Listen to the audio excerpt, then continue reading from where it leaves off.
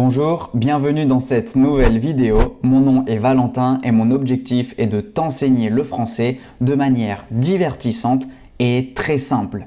Aujourd'hui dans cette vidéo, nous allons apprendre à utiliser le mot « si » en français parce qu'il existe et il a plusieurs fonctions, il y a différentes façons de l'utiliser. Nous allons voir tout ça ensemble sur mon ordinateur et on se retrouve après l'introduction.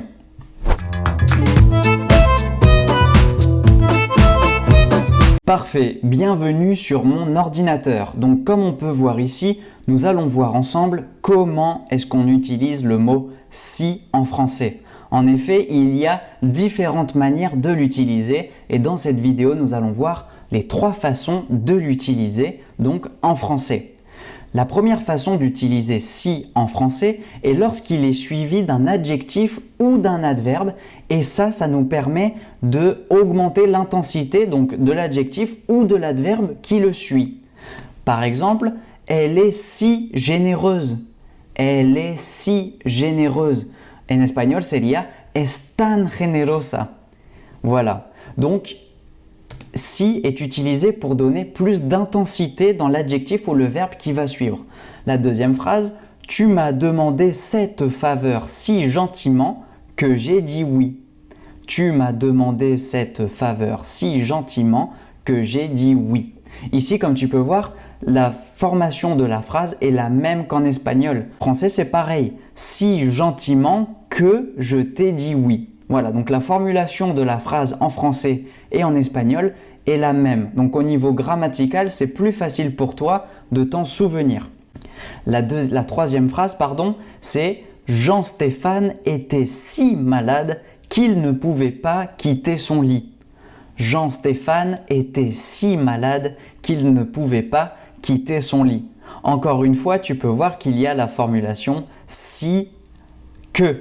Si que. Donc, c'est comme en espagnol où tu dis tan, adjectif, que. Parfait. Donc ici, le mot si est utilisé en tant qu'adverbe d'intensité. Donc on va voir maintenant la seconde manière d'utiliser si en français qui est un adverbe d'affirmation.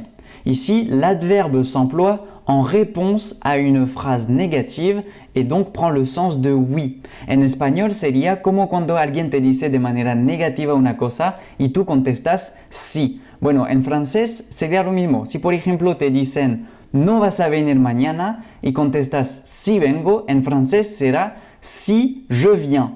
Si je viens. No será oui je viens. No, utilizamos sí. Lo vamos a ver en algunas frases para que lo puedas notar. Nous allons le voir dans plusieurs phrases pour que tu puisses le comprendre plus facilement.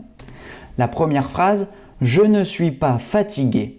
Si tu es fatigué. Ici, c'est un dialogue. Je ne suis pas fatigué. Et ensuite, la personne qui répond dit si tu es fatigué. Ici, on voit que si est utilisé pour dire oui. Mais en français, lorsqu'une phrase est négative en premier, la personne qui répondra dira si. Si tu es fatigué. La seconde phrase, ils ne viendront pas à la fête demain. La personne qui répond dira si ils viendront. Je répète, ils ne viendront pas à la fête demain. Si ils viendront. Donc là, comme on peut voir, en espagnol, l'équivalent sera claro que sí, sí, por supuesto que sí. Donc voilà, en français c'est si et ça c'est pour mettre l'accent sur le fait que la réponse est positive, pour contredire la personne. Parfait. Maintenant nous allons voir comment s'utilise la troisième façon de si. Alors ici, si est utilisé en tant que condition. C'est une condition, une supposition et c'est pas certain que l'événement va arriver, va se passer. Donc ici, comme tu peux voir, je te l'ai expliqué juste après, si se transforme en S apostrophe seulement lorsqu'il est suivi de il ou il au pluriel, ça donne s'il. Il se transforme en s'il. Ça, c'est pour justement rajouter de la fluidité dans le discours. Au lieu de dire si il, on dira s'il. C'est beaucoup plus rapide et beaucoup plus simple. Donc ici, te lo voy a explicar en español. Aquí si se cambia, se convierte en sil cuando está seguido de el pronombre de la tercera persona del singular o del plural masculino. Il. Será sil, singular o plural. Sil. Parfait. Maintenant, nous allons voir les prochaines phrases pour les exemples afin de te permettre de comprendre la fonction de si en tant que condition. La première phrase, si tu veux manger du gâteau, tu dois ranger ta chambre. Si tu veux manger du gâteau, tu dois ranger ta chambre. Si quieres comer pastel, tienes que ordenar tu cuarto. Aquí la función es la misma en español que en francés. Súper sencillo. Si. Donc ici on utilise si. La deuxième phrase, s'il fait chaud, nous irons à la plage. S'il fait chaud, nous irons à la plage. Ici, comme tu peux voir, si c'est changé en s'il.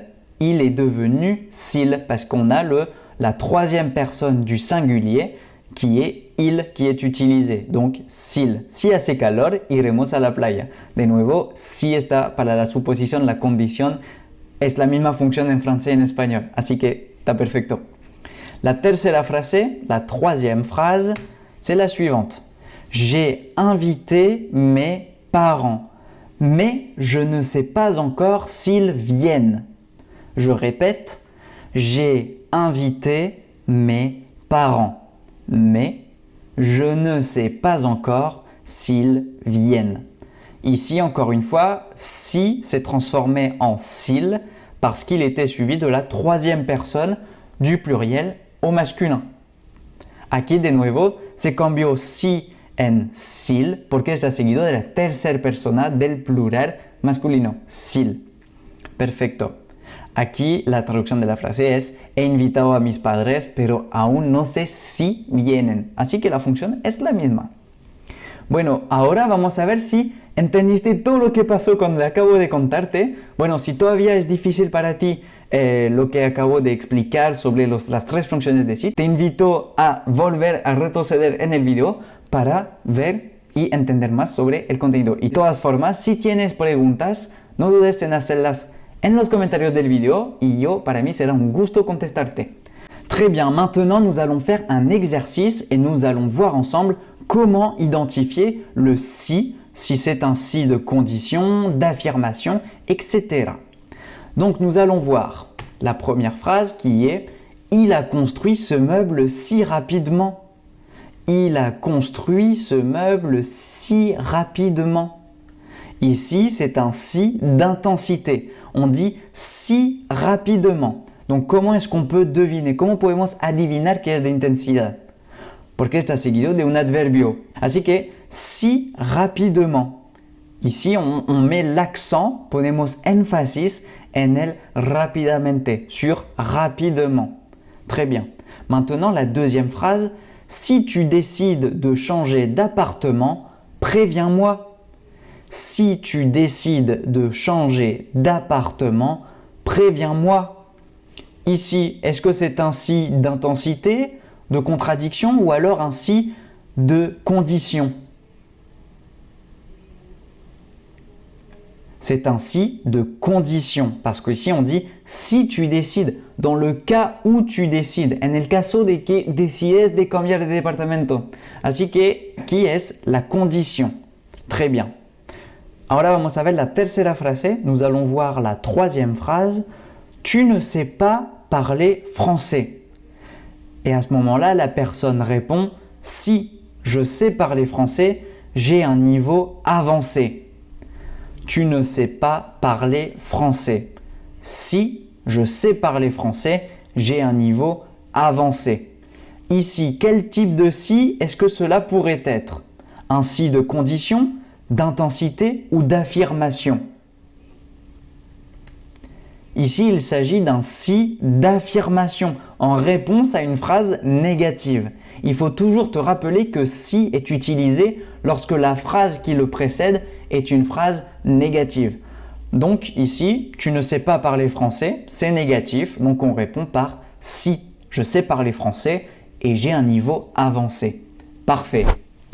Ya hemos llegado al fin de este video, espero que te haya gustado este formato donde hablamos en francés, practicamos el francés leyendo, escuchando y también descubrir nuevos principios. Aquí el sí es muy importante, está utilizado casi todos los días en Francia, así que es súper bueno que lo aprendiste. Dime en los comentarios si hay otros términos, otras cosas que no entiendes o que no dominas todavía y que quieres una explicación. Tal vez haré un video sobre este tema para el próximo video. Ahora, si quieres ir más lejos en tu aprendizaje de francés, te invito a tocar los enlaces que están en la descripción, donde puedes descubrir el curso de francés para principiantes, donde se aprende todas las bases del francés en 5 semanas. También puedes conseguir el ebook para aprender a presentarse como un nativo. Y por supuesto, no olvides de suscribirte y activar la campana para no perderte los próximos videos. Yo te digo, hasta entonces, nos vemos pronto. Moi je te dis à très bientôt dans une prochaine vidéo.